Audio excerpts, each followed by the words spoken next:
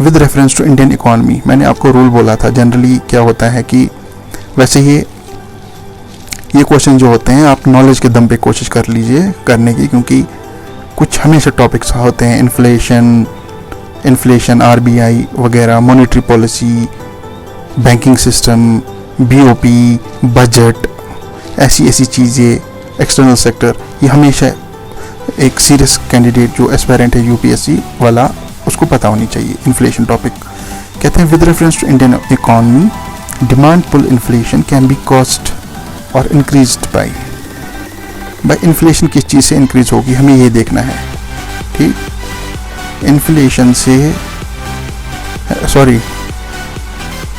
Inflation इनमें से किन चीज़ से इंक्रीज हो जाएगी, जो ऑप्शन है नीचे। ठीक, एक्सपेंशनरी पॉलिसीज, फिस्कल स्टिमुलस। ठीक, मैंने हमेशा बोला आप ऐसे क्वेश्चन में एक चीज़ सर्च करने की कोशिश करें, इंटरेस्ट रेट।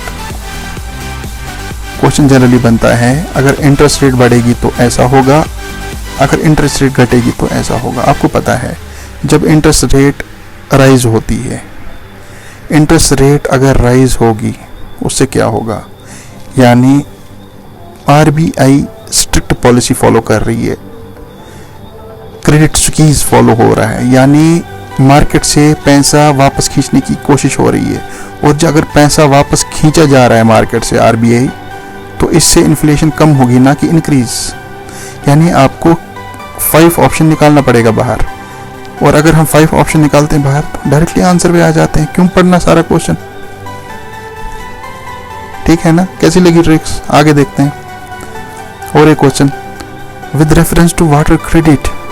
भाई मैंने नहीं देखा है ये क्या चीज़ है, वाटर के रिलेटेड कोई क्रेडिट कौन सी चीज़ होती है, लोन होता है। चलिए देखते हैं क्या लॉजिक बन पाता है, कैसे सॉल्व करेंगे।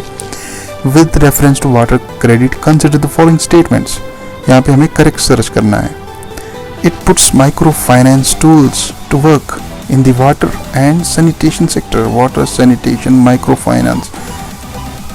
पिछली वीडियोज में भी बोला पॉजिटिव स्टेटमेंट हमेशा सही होती है, अच्छी चीज़ है। ठीक है, निकाल लीजिए बाहर, यानी हम एक ऑप्शन हमने निकाल दिया, दूसरा छोड़ लीजिए, पढ़ लीजिए तीसरा। It aims to enable the poor people to meet their water needs without depending on subsidies. फिर से अच्छी स्टेटमेंट, पॉजिटिव, इस चीज़ को अच्छा दिखा रही है। 3B सही लेना पड़ेगा, यानी इसमें 3 नहीं है और हम 50-50 पे आ गए। ऐसे हम एलिमिनेशन ट्रिक्स यूज करते हैं। अब हमें खाली ये देखना है, 1 और 3 तो है ही है, अब हमें खाली ये देखना है क्या 2 सही है कि नहीं है। It's a global initiative launched under the aegis of WHO and world bank. दो ऑर्गेनाइजेशंस। भाई मैंने आपको बोला है जहाँ पे ऑर्गेनाइजेशन है 10 में से 8 बार सही गलत होंगे। निकाल लीजिए स्टेटमेंट, 2 निकाल लीजिए तो आप आंसर पे आ जाते हैं।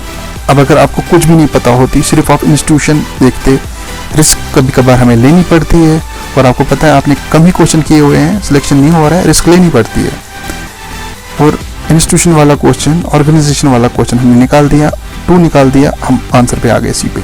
और एक ट्रिक देखते हैं, और 2 code of practice. Honestly speaking ये क्वेश्चन जब मैंने देखा, ये मैंने सुना नहीं था। चलिए कोशिश करते हैं ट्रिक अप्लाई करने की।